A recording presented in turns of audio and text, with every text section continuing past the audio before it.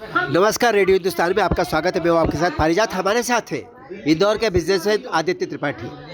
उनसे हमारा सवाल ये है कि इंदौर में बिजनेस की क्या क्या अपॉर्चुनिटी है अगर दूसरे स्टेट्स के लोग यहाँ पर आके बिजनेस डालना चाहे। नमस्कार, मेरा नाम आदित्य है और जैसा कि सवाल किया गया है कि इंदौर एक तो economical capital of Madhya Pradesh है। सेकेंडली इट्स जो लोकेशन है that is in at the central point of Gujarat, Punjab itself belongs to Malwa region, Maharashtra point. तो जो सबसे ज़्यादा चलने वाला यहाँ का है और जो बोला जाता है कि इंदौरी लोग चटोरे होते हैं, वो इसीलिए होते हैं क्योंकि यहाँ फूड कल्चर बहुत स्ट्रॉन्ग है। बिकॉज 4 स्टेट्स का और इट्सेल्फ अपने ही उसका स्टेट का आपको फूड की वैरायटी ऑफ फूड और सारी चीज़ें मिलती हैं। सेकेंडली चूँकि मालवा का में एक वो जिसको बोला जाए टर्मिनोलॉजी या लय चलती है कि पथ पथ पानी नग नग नीर, मतलब हर कदम पर पानी है और हर कदम पर रोटी मिलती मालवा रीजन में।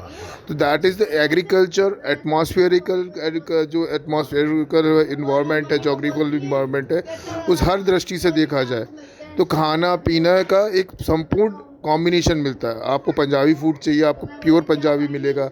राजस्थानी फूड चाहिए तो राजस्थानी फूड मिलेगा।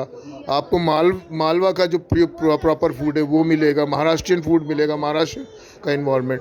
तो the biggest business of Indore is food business. Then comes the hospitalities, क्योंकि मालवा का कल्चर 4 स्टेटों का मिक्सअप है।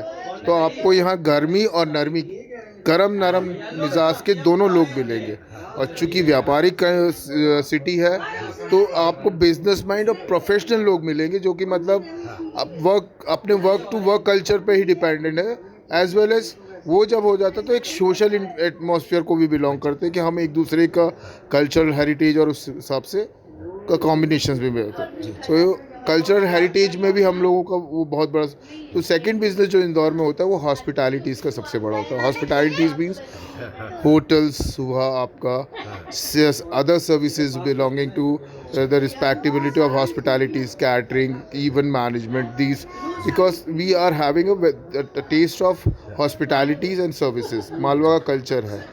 हम हर तीज त्यौहार, चाहे वो लोहड़ी से शुरुआत, मकर संक्रांति से शुरुआत हो या क्रिसमस पे ख़त्म होता है जो साल के, हम हर एक त्यौहार उसके ट्रेडिशन, उसके कल्चर के हिसाब से बहुत धूमधाम से मनता है। और जैसे आपने देखा होगा महाराष्ट्र में गणेश उत्सव पे बड़े बड़े गणेश जी महाराज की मूर्तियाँ जुलूसों के साथ निकलती हैं और उनको विसर्जित और बड़े धूमधाम से मनाया जाता है महाराष्ट्र में। उसी तरह से हमारे यहाँ गणेश उत्सव मनता है।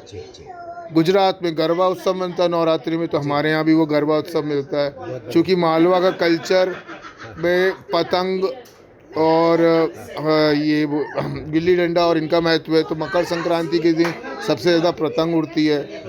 पूरे हिंदुस्तान में होली वाले दिन होली मनती है, बट इंदौर एकमात्र है जो world famous, world of records में है कि हमारे यहाँ रंग पंचमी मनती है। और पूरी सिटी जो यहाँ एक राजबाड़ा के नाम से फेमस है वहाँ आती है।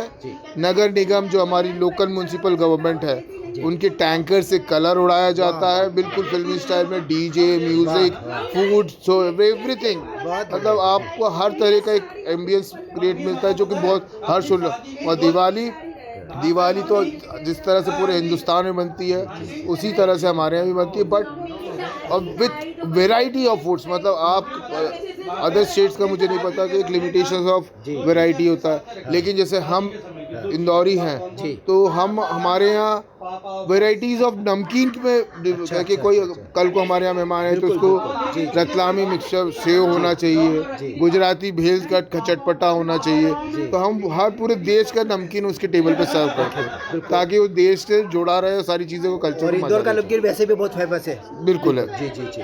तो ये सारी चीज़ों को मिला के मेरा कुल मिला के ये कहना है कि आप सर्विस सेक्टर्स हो या फूड बिजनेस हो, तो ये सबसे वन प्रायोरिटी में है जो इस दौर में सबसे ज़्यादा चलन में चलता है। अच्छा जी, अभी बताया आदित्य ने कि फूड कल्चर स्ट्रांग होने की वजह से यहाँ पर फूड बिजनेस बहुत अच्छा जमाया जा सकता है। हॉस्पिटैलिटी का भी उन्होंने बताया, इसमें भी बहुत स्कोप है।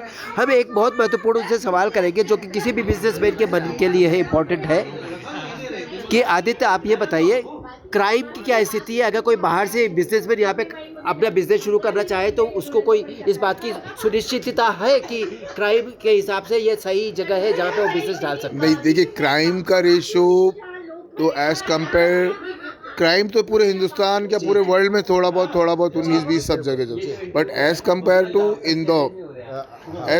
टू इंदौर और अदर, मतलब इंदौर के रीजन की मैं बात करूं तो people are very social, people are having a helping nature also, they are going to contribute with social lifestyle भी बहुत सबकी अच्छी है। मतलब चूँकि हम खुद बिजनेस करते हैं, बाहर के लोग यहाँ आते तो हम उनको जब उनसे बातचीत करते तो उनको उनके मुंह से सुनते कि यहाँ के लोग सपोज हम एड्रेस पूछे तो कई लोग उसको पर्टिकुलर लोकेशन छोड़ के भी आते हैं। चूँकि सिटी छोटी है, हम मुंबई दिल्ली की बात नहीं कर रहे कि हमने थाने का एड्रेस अंधेरी में पूछा तो आदमी नहीं।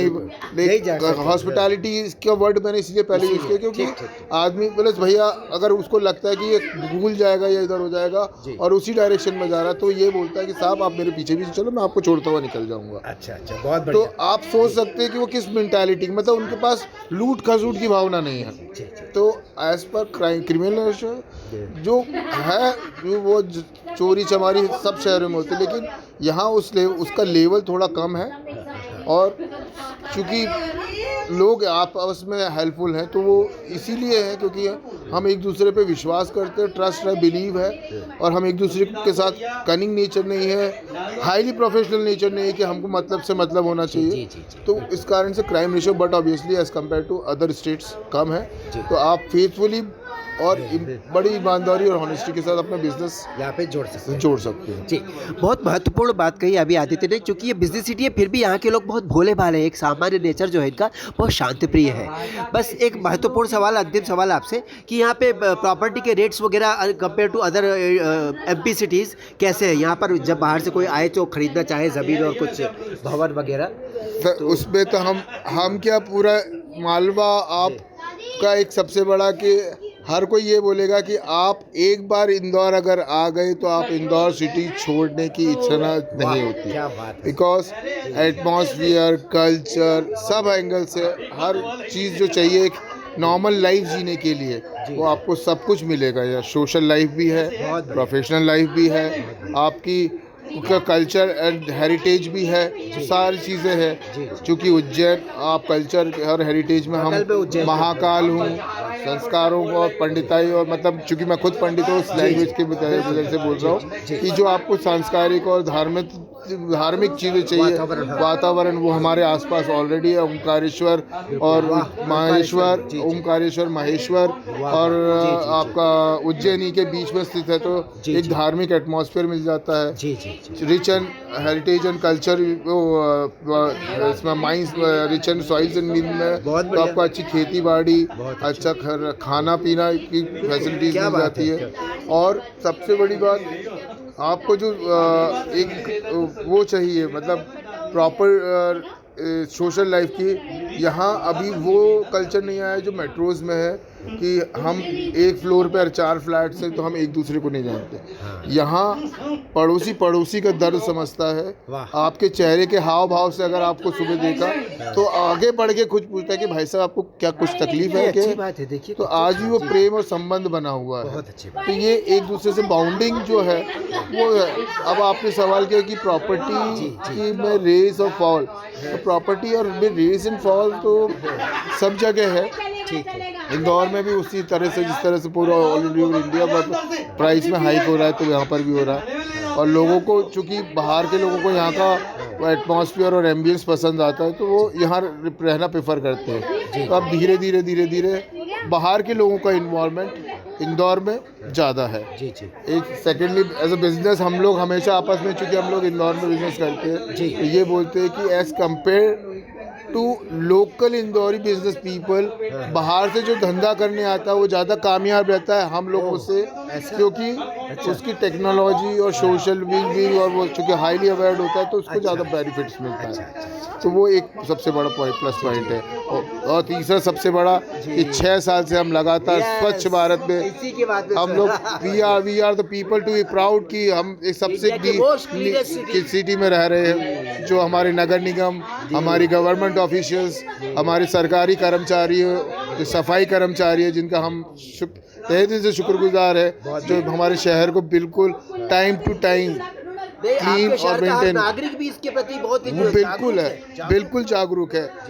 मतलब हमने समझना शुरू कर दिया कि हमारे सब साफ सुथरे एम्बियंस में हमें रहने में कितना आनंद आता है, तो वो हम लोग समझते हैं और हमको प्राउड होता है। सपोज एक छोटी सी बात बता रहा हूँ, हम लोग परिवार के साथ मुंबई गए, जुहू चौपाटी पे घूम रहे थे। घूमते घूमते बच्चों को भूख लगी तो हमने कुछ फूड्स एंड एम्बियंस खरीदा जो डिस्पोजेबल आइटम उसमें मिला। जब उन्होंने वो फिनिश कर दिया तो चूंकि हम इंदौरी हैं तो we were looking after for dustbin to through that waste और थ्रू दैट डिस्पोजेबल। तो अब जब डिस्पोजेबल मैं वो ढूंढ रहा था, आपको मिल नहीं रहा था, हमको मिला नहीं। तो मैंने एक चाय वाले और उससे पूछा कि भैया आसपास कहीं डस्टबिन, तो उसने छूटते से बोला कि इंदौर से आए हो। That is was the proud moment कि आज हमारी पहचान बन गई कि हम सबसे स्वच्छ शहर को बिलोंग करते हैं। क्योंकि बोले ऐसा मैं अकेला इंदौरी नहीं हूँ जो ऐसा कर रहा है, औरों ने भी किया होगा जिसको ताकि उसको पता पड़ा कि इंदौर वाले स्वच्छ रहते हैं और अपना यही नहीं, अपने शहर में नहीं, दूसरे शहर को भी स्वच्छ बनाने की कोशिश करते हैं। आदित्य, आपसे बात करके मजा आ गया। हिंदुस्तान में मध्य प्रदेश और मध्य प्रदेश में इंदौर स्वर्ग है। मुझे इस बात में गर्व है कि मैं भी इंदौर से बिलोंग करता हूँ, मेरी वाइफ इंदौर की है और मैं भोपाल का हूँ। बहुत धन्यवाद आदित्य आपको, हम आपसे दोबारा बात करेंगे। बिल्कुल, थैंक यू फॉर